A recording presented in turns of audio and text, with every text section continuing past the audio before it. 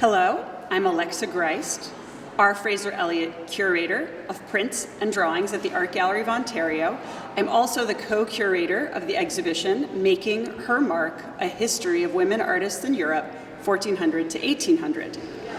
This show aims to be a meaningful corrective against the commonly held belief that women artists in Europe were not terribly common before 1800. This is a co-produced project between the Art Gallery of Ontario and my colleague Andalib Banta at the Baltimore Museum of Art. And we worked on this exhibition for almost 5 years. We wanted to put this exhibition together to show the depth and breadth of women's creative output in Europe between the years roughly 1400 to 1800, to show that it is not simply the exceptional women who were able to succeed in painting and sculpture, primarily media that are controlled and limited to men, but also to show the incredible things that women made that we are not always able to display in museums and we're not always given the attention in scholarship, including media like wax, embroidery, lace making, tapestry, women acting as heads of workshops, silversmithing, furniture, to show that women were active both in and outside of the home in creating artistic media across continents and across centuries.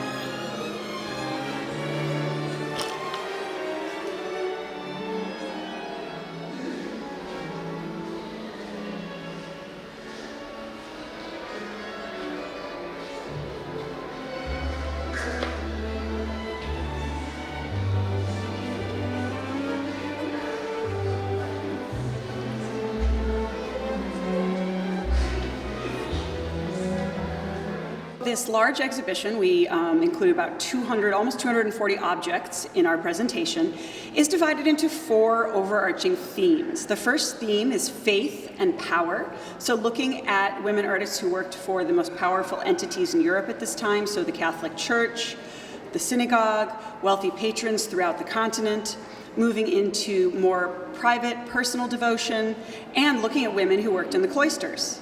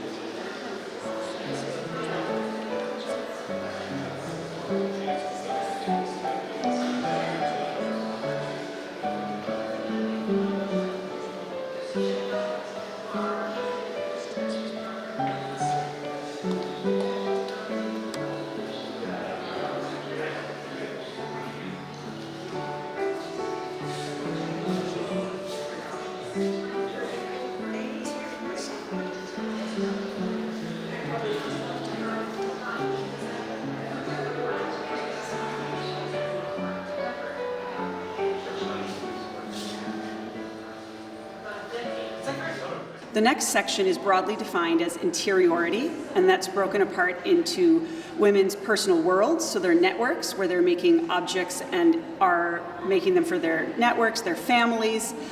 Also looking at objects women made to beautify their own homes, and things like embroidery, paper rolling, which is an art form where you roll strips of paper to decorate objects or to create entire compositions.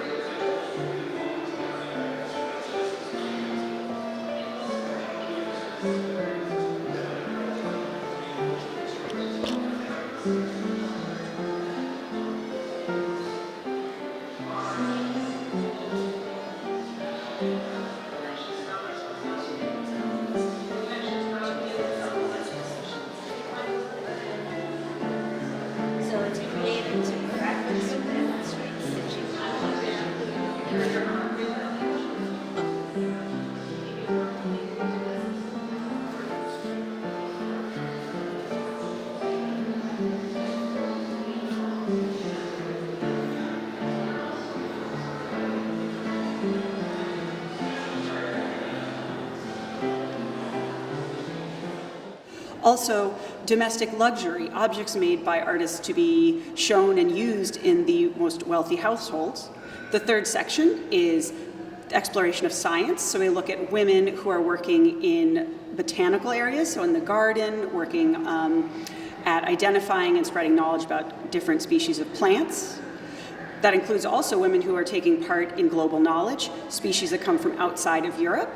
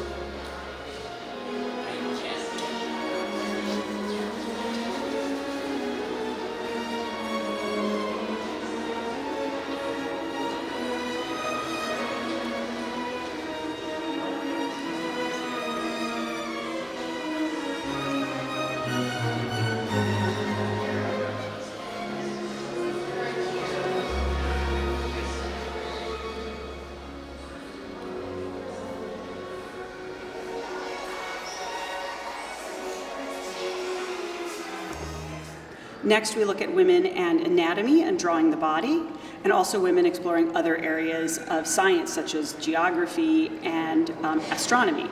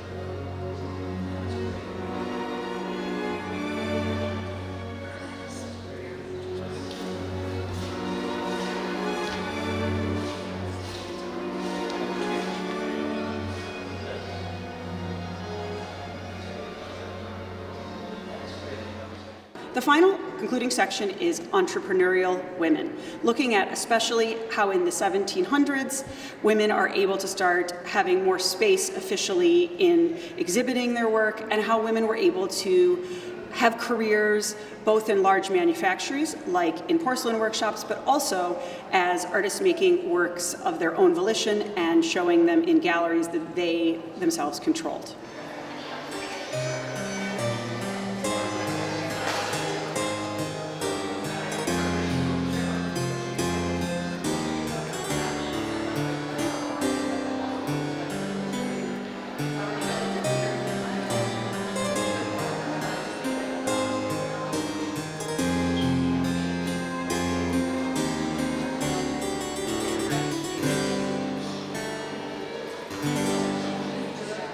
As I mentioned, this is a very extensive exhibition. We have almost 240 objects in our presentation, and we borrowed, so we do not own all of these objects here at the AGO, nor does the Baltimore Museum of Art.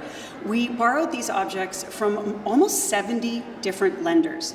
That means from museum collections, from private collectors, and we were able to identify these paintings, sculptures, tapestries, all these different media by looking at museum collections online, by speaking with experts in the field from across North America and Europe, talking to our colleagues at other institutions to ask them what objects maybe aren't even shown on their exhibition website or in their catalog, things that might be in storage, things that haven't been seen for decades. And we often did that by simply knowing the name of a woman artist and then asking people. We know women were involved in tapestry, for example, in Rome. Who has tapestries by the Barberini workshop in this time period? And by doing that, we were able to then locate collections that had certain objects or had works by certain artists and put together our checklist.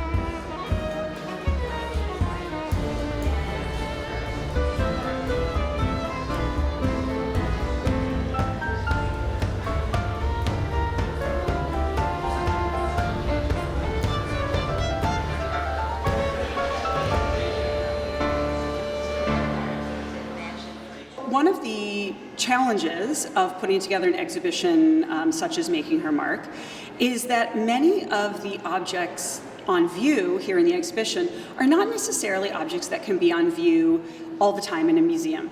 Paintings are they're not as sensitive to light as many objects, so are sculptures. So those are the types of things that are more likely to be on the walls of a museum all the time, more likely to have been well photographed and be searchable and findable, to be reproduced in articles. Objects that are sensitive to light, and many of the media that women worked with, paper, textiles, simply working in embroidery, wax, they're either media that might fade or change with exposure to light, and therefore, once they're in museum collections, are often in storage, or they might be a medium, I mentioned wax, that is very hard for it to survive over hundreds of years, as it is temperature sensitive, can be easily broken. And so a number of these media are just not going to be on view or as readily findable in collections. Also, I would mention there are sometimes examples of maybe a collection when a work came in, didn't know that there was a woman involved, and through the scholarship of many scholars over years, they have unearthed the names of these women so that we can now connect them to existing objects. And so those are works that finally can be brought to view and be shown in a really authentic way, talking about all the different people who might have been involved in making them. This exhibition is the result of around 5 years of work, from the beginning ideas, the initial research, through to a very intense 4-week push to install with all our incredible professional art handlers and art installers, to present the works in their best possible light and to present them safely so that we can all enjoy them.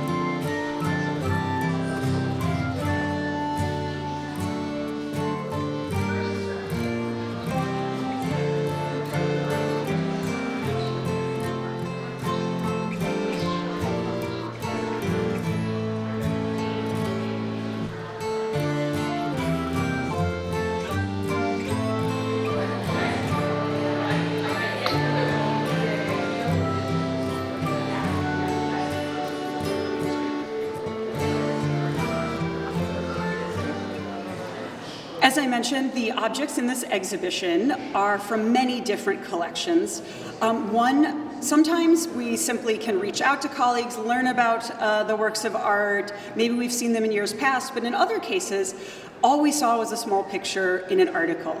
And so we would travel to see the object. And one of, I think, to me, one of the most rewarding loans that we made was the loan of 2 manuscripts from the early 1500s in Italy that were made in a town near Florence called Prato by an Italian woman, Eufrasia Borlamacchi. She was a nun, so working in a cloister, and these are part of a Dominican order.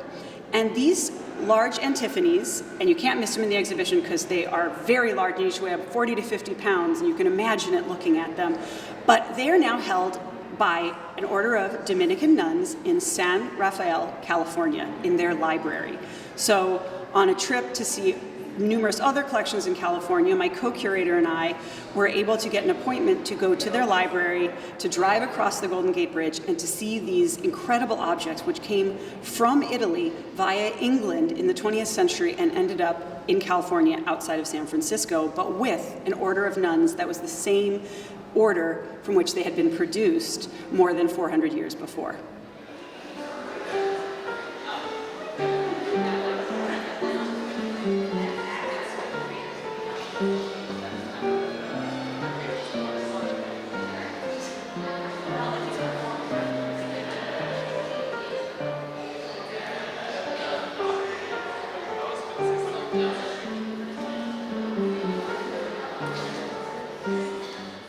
An exhibition that involves years of research and many, many loans from across North America and across Europe is an undertaking that cannot be done without the support of our generous donors. So both help from the Government of Ontario in supporting us and bringing an exhibition like this, but also to private donors, and also very, very pleased that the volunteers of the AGO gave us the endowment of their gift for this year for this exhibition. I work closely with volunteers, and it is incredibly meaningful for this exhibition to be supported by that group at our institution.